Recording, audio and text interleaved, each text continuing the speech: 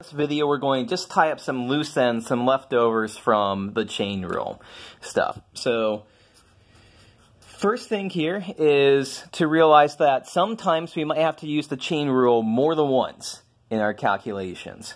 So for example, I could ask you, what's the derivative of the square root of 1 plus square root of x squared plus 1? So here we see a function that's nested, and it's nested not once but twice. So note here that if I cover up that outside square root, I get a nested function. X squared plus 1 is nested inside a square root. Well, guess what? That nested function is nested inside another function, square root of 1 plus that. So one way that we can do this is, meanwhile, first thing, let's just rewrite everything in terms of power. So square roots are stuffed to the 1/2 power. Might make our life a little bit easier. Okay, so let's go ahead and do this. So we're just going to apply the chain rule twice. So the first thing is we take the derivative of the outermost function.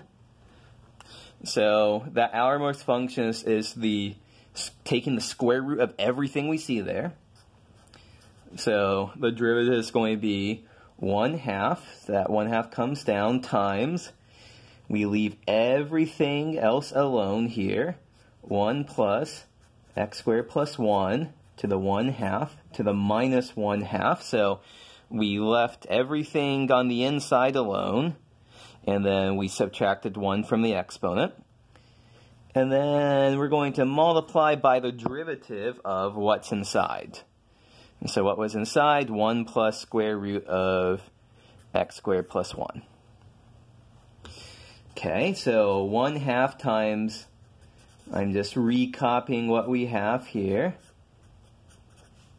So now we take the derivative of this.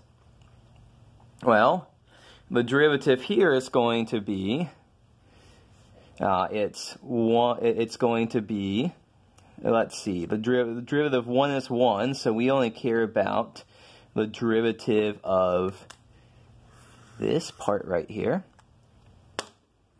And so that's going to be 1/2 times x squared plus 1 to the minus 1/2 power.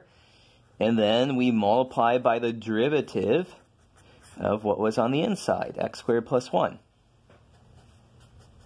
So what do we have? 1/2, 1 plus square root of x squared plus 1 to the minus 1/2 power times 1/2 times x squared plus 1 to the minus 1/2 power times the derivative there is 2x. So let's put all of these pieces together here. So we see a 2, a 1/2, and a 1/2. That multiplies together to give us 1/2. There's an x there. And then we've got this term right there, a times 1 over square root of x squared plus 1, times one final term, that one right there, 1 over square root of 1 plus square root of x squared plus 1. So yes, we can apply the chain rule a couple of times, so keep that in mind. Also, to finish off, the textbook has a little discussion on general power and exponential rules. We already saw a little bit about exponential rules here, how e to the u combined with other functions here.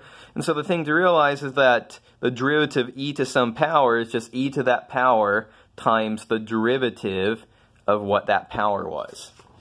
So in general, Theorem 2, this is general power and exponential rules.